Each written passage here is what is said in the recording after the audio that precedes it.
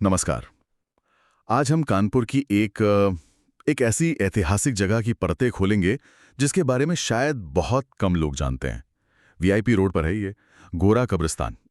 इसे Portuguese cemetery या कचेरी सेमेट्री भी कहते हैं। जी। हमारे पास जो जानकारी है वो इस कब्रिस्तान के इतिहास, इसकी बनावट और हाँ, आज ये किस हाल में है इस पर रोशनी डालेगी। बिल्कुल। तो चलिए कानपुर की इस धरोहर को थोड़ा करीब से समझते हैं। ये सिर्फ कब्रों का ढेर नहीं है, लगता है गुजरे जमाने की कोई कहानी है यहाँ। हाँ, कहानी तो है।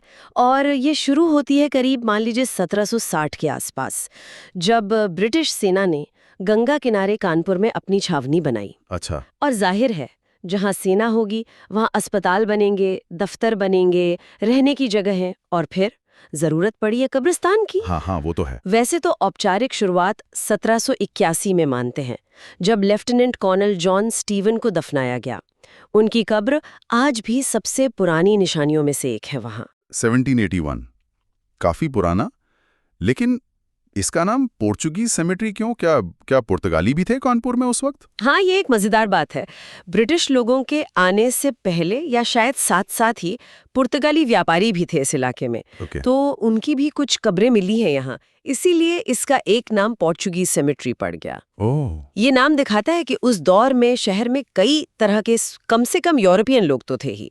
कुल मिलाकर यहाँ करीब 1200 कब्रें हैं। 1200? हाँ, ब्रिटिश अफसर, सैनिक, डॉक्टर, व्यापारी, उनके परिवार और एक बहुत बड़ी संख्या में बच्चे। 1200 कब्रें, और आपने बच्चों का जिक्र किया, ये मैंने भी कहीं पढ़ा था कि यहाँ बच्चों की कब्रें कुछ ज्यादा ही हैं। जी, ये इस जगह का सबसे मार्मिक पहलू है और ऐतिहासिक रूप से बहुत जरूरी भी।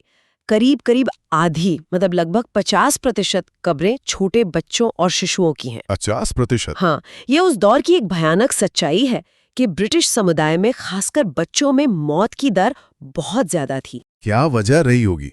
बीमारियां?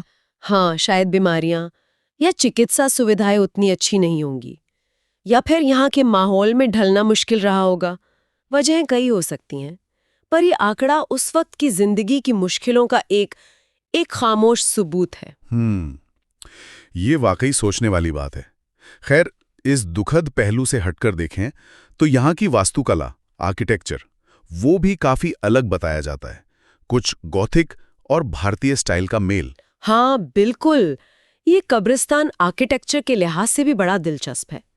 आपको यूरोपियन गॉथिक स्टाइल के ऊंचे नुकीले मेहराब वाले डिजाइन तो दिखेंगे ही, साथ ही इंडो सैरासेनिक मतलब भारतीय इस्लामी स्टाइल का असर भी साफ नजर आता है। अच्छा, जैसे? कुछ कब्रों पर तो आपको उड़ीसा के मंदिरों जैसी रेखा देउल स्टाइल की मीनारें या शिखर दिखेंगे। अरे वाह! और इससे भी ज्यादा मजेदार बात यह है कि कुछ कब्रों पर काले बिसाल्ट पत्थर पर हिंदू डिजाइन्स जैसे कमल के फूल की नक्काशी भी मिलती है। कमल के फूल की नक्काशी कब्रिस्तान में? ये तो काफी अनोखा है ना? तो मतलब सिर्फ यूरोपियन स्टाइल ही नहीं, बल्कि यहाँ के कारीगरों और स्टाइल को भी जगह दी गई थी। ये दिखाता है कि शायद उस वक्त कुछ कल्चरल मिक्सिंग या कम से कम लोकल आर्ट का सम्मान तो था। हाँ, कहा जा सकता है। यही विविधता इसे खास बनाती है। लेकिन यहाँ एक मुश्किल भी है। क्या? ये कब्रिस्तान आर्कियोलॉजिकल सर्वे ऑफ इंडिया माने ASI द्वारा संरक्षित है, प्रोटेक्टेड मॉन्यूमेंट है। हाँ। और इसे ये दर्जा 1920 में ही मिल गया था, काफी पहले। हाँ, बहुत पहले। फिर भी आज कई कब्रें बहुत बहुत खराब हालत में हैं। पत्थर टूट रहे हैं, नाम की तख्तियां मिट गई हैं, मूर्तियां टूट गई हैं। ओह। और चिंता की बात यह है कि जहां कहीं मरम्मत हुई भी है, वहां अक्सर मॉडर्न सीमेंट और मटेरियल का इस्तेमाल कर दिया गया है। अरे, इससे तो पुरानी बनावट और उसका जो ऐतिहासिक फील है वो खत्म हो जाता होगा। बिल्कुल। संरक्षण का मतलब तो उसे असली रूप में बचाना होता है ना? सही कहा। पुरानी इमारतें में स्ट्रक्चर की मरम्मत के लिए वही पुराना तरीका और सामान इस्तेमाल करना जरूरी होता है, ताकि उनकी ओरिजिनलिटी बनी रहे। ये जो नया सीमेंट है, ये पुराने पत्थर या ईंट के साथ ठीक से मिलता नहीं और आगे चलकर नुकसान पहुंचा सकता है। ये एक सीरियस प्रॉब्लम है संरक्षण के लिहाज से। अच्छा, यहाँ कुछ जानी मानी हस्तियों की कब्रें भी हैं शायद। मैंने commander in chief sir John Hasford Knight का नाम सुना था। उनका यहाँ दफन होना ये कानपुर के उस वक्त के मिलिट्री इंपॉर्टेंस को भी दिखाता होगा। निश्चित रूप से ब्रिगेडियर जनरल वॉल्टर एलेक्स और commander in chief sir John Hasford Knight जैसे इतने बड़े अधिकारियों की कब्रें यही बताती हैं कि कानपुर ब्रिटिश इंडिया में एक बहुत ज़रूरी मिलिट्री सेंटर था। एक और कहानी कर्नल जॉन थॉमस की है।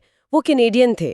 कहते हैं उनके परिवार वाले आज भी कनाडा से हर साल उनकी कब्र खोजने आते हैं। सच में? हाँ, पर शायद अब तक मिल नहीं पाई है क्योंकि कई कब्रों की पहचान मिट चुकी है ना। उफ, कितनी ही कहानियां होंगी इन पत्थरों के नीचे। आज ये जगह दिखती कैसी है? मतलब वीआईपी रोड पर दफ्तरों के बीच। हाँ, आज तो शहर के काफी व्यस्त इलाके में है ये। चारों तरफ सरकारी दफ्तर और बंगले हैं, पर अंदर एक अजीब सी शांति है, थोड़ी वीरानी भी है। एक बहुत बड़ा, बहुत पुराना बरगद का पेड़ है जो लगता है जैसे इन सब कब्रों पर पहरा दे रहा हो।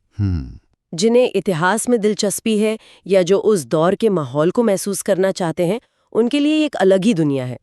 तो संक्षेप में कहें तो कानपुर का ये गोरा कब्रिस्तान सिर्फ एक कब्रिस्तान नहीं है, ये ब्रिटिश और पुर्तगाली दौर का एक कई परतों वाला दस्तावेज है।